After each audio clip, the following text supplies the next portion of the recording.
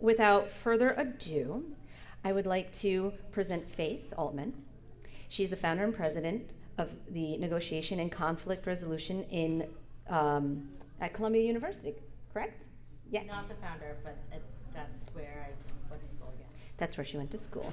And she will be presenting right now on youth empowerment and conflict transformation through peer mediation in education in public high schools. Faith?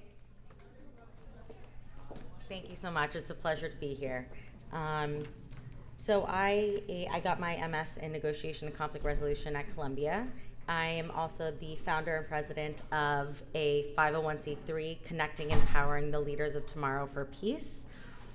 We've had one workshop in Cyprus with 21 students, 11 from each side, and I'm currently the director of the Office of Conflict Resolution at the Department of Health and Mental Hygiene here in New York City.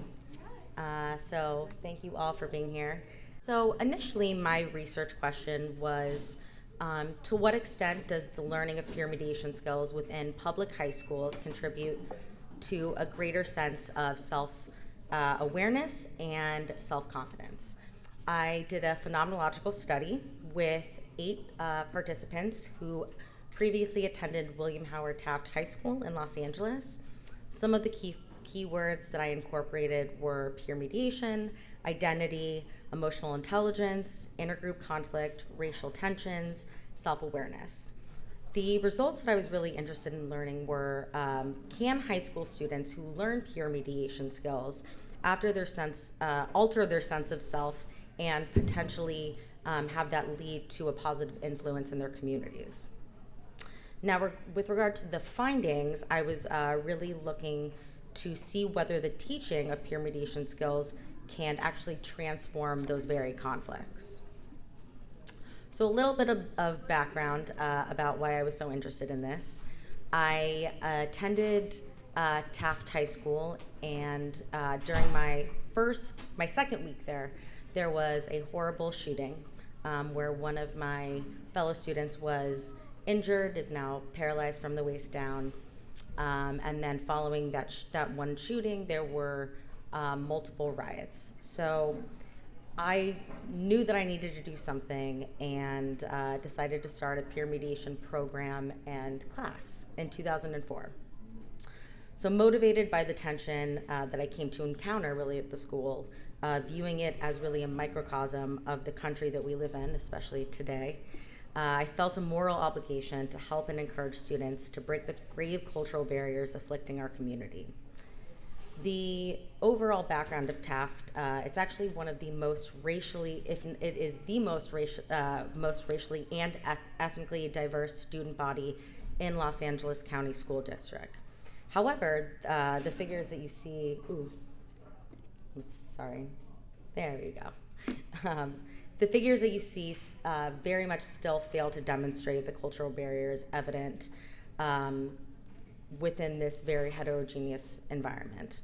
For instance, Farsi is the second most spoken language after Spanish. And these social factions really make evident the various in-groups, some of the prevalent identities students classify themselves as, which create identity-based conflicts between groups and lead to racial tensions. Some of the presenting issues I focused on were perpetuated violence and the need for positive influences and developmental skills to mobilize students. Also, students lacking communication skills and the ability to express themselves and their emotions. Some of my goals were to distinguish that the development of problem-solving skills and understanding escalation strategies can help decrease violence. Another goal was to identify if and how the ability to become more emotionally intelligent can transform the perception of conflict. Maslow's hierarchy of needs and Goleman's 5 dimensions of emotional intelligence will act as frameworks which support this research and will be utilized to interpret the data. In Maslow's hierarchy of needs, we see that self-actualization and self-esteem are 2 basic categories that are essential to all humans. Through an analysis of an emotion, we begin to examine the significance of self-awareness and self-regulation in building emotional intelligence. By applying intergroup conflict theory, we can begin to understand the impact of social identities, specifically in a public high school environment.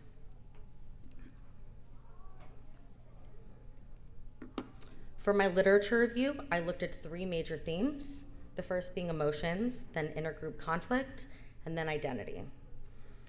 Emotions are often, as a lot of us know, are what drive conflict in some cases, and therefore, in learning peer mediation skills, this is extremely prevalent and needed. James Duffy claims that emotions play a central role in mediation as they help to define the scope and direction of a conflict. A mediator must do more than simply listen. They must attend to these emotions and take them into consideration. One study conducted on middle school students discusses the importance of social validity of peer mediation among students. So if students interpret peer mediation as a destructive conflict resolution method, then they are obviously much less likely to use it. Individuals who are involved in intergroup conflict often engage in these misperceptions, which accentuate group differences and form social identity.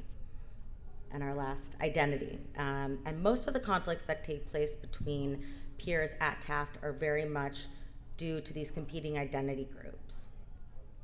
The need to possess and attach oneself with an identity is a desired characteristic of human cultural behavior, which creates these concepts that we call race or identity. So my study focused on the phenomenon of inter- and intrapersonal growth of 8 peer mediators. Each participant was interviewed for anywhere from 15 to 30 minutes, and I asked the same 10 general questions, and based on their answers, had follow-up questions. Each interview was recorded prior, with everybody's approval, of course, so that I could do a further in-depth analysis and pick out common themes that I saw throughout the interviews. I then filtered those statements into what I call significant statements. The 7 common themes in order of the most significant statements that were made were number 1, relationship management and conflict resolution skills, which totaled a number of 17 significant statements. The personal statements of each participant exemplified the common experience of learning these skills and strategies in one capacity or another. The majority of the students did express that because they took peer mediation, they actually became better at resolving conflicts, negotiating disagreements, and solving problems in relationships. The category with the second highest number of significant statements, with a total of 14, was identity and racial tensions. Each of the students at some point acknowledged the phenomenon that racial tensions were a prevalent part of their high school experience. Many of the students even described in-depth instances of violence which were perpetuated by racial conflicts.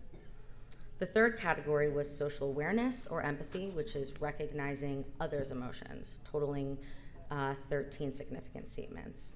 Only 5 out of the 8 students shared about being more able to take another person's perspective and or having an improved sense of empathy. The fourth category, self-regulation, recognizing your emotions, had a total of 10 significant statements.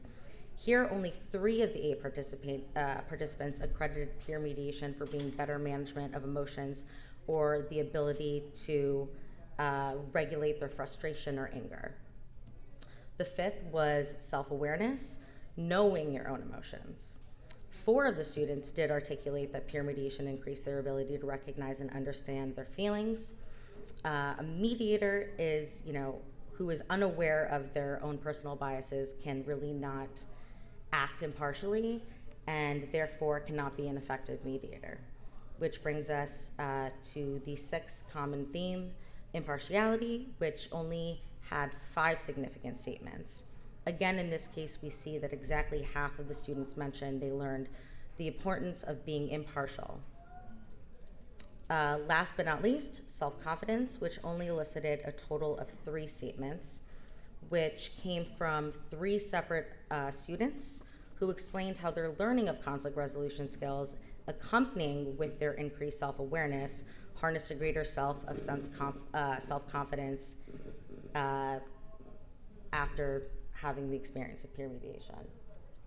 So in conclusion, this phenomenological research illustrates the lived experience of peer mediators in a highly diversified public school. The most noticeable essence of the phenomenon that all students experience during or after taking peer mediation was a positive association and common experience in learning relationship management and conflict resolution skills.